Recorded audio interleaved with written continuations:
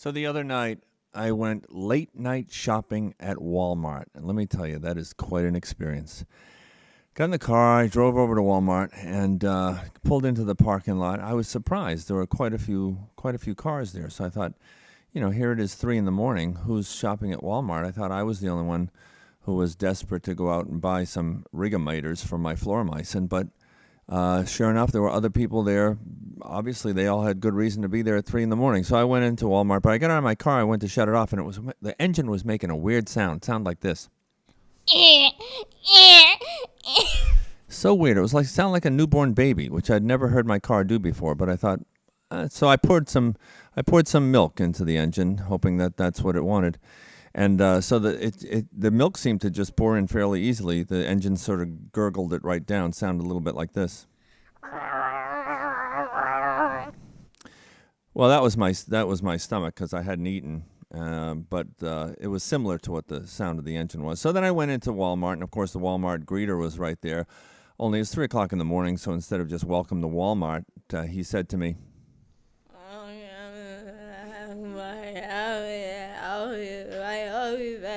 and so I leaned in really close because it was hard. It was like a mumble.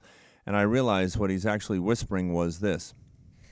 Welcome to Walmart. May I take your order? So he wanted to take my order, and I didn't even have an order, so I thought he's really going out of his way to be nice. But anyway, I said no thank you, and I moved on. And just as I went ahead, there was this couple went by me pushing a cart, and they were kind of arguing, at each other, and they wanted, one guy wanted to push the cart, his wife wanted to push the cart, and she said to him, "Hey, I'm gonna push the cart." No, I am. And so it seemed like a simple thing. I figured they'd get over it eventually. So then I continued on, and I went down. Oh, and I went down to the electronics section, because usually that's where the fluoromycin supplies are. And I looked up, and there was a TV. They had the TVs on, and they're all on the same channel, showing the same program. And it was a cartoon, and it was really funny. And the cartoon characters were making this voice, like a chicken that was trying to do an impression of a police siren or something. It was really funny. So the man standing there said to me, he's trying to be helpful, but he really wasn't helpful at all. He just turned, he looked at me, he gave me this wide-eyed stare, and he said, "Hello."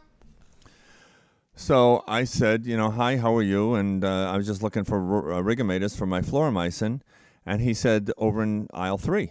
So I went over to aisle 3, and there was some late at night. They let anyone in. This person was in, and they had their pet with them, and the pet, I couldn't even make out what it was. It was furry, and it made this sound.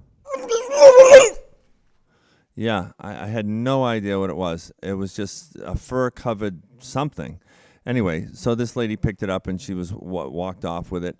And then I went down to the food section, and I thought I heard some weird sound, like something was defrosting. It was dripping.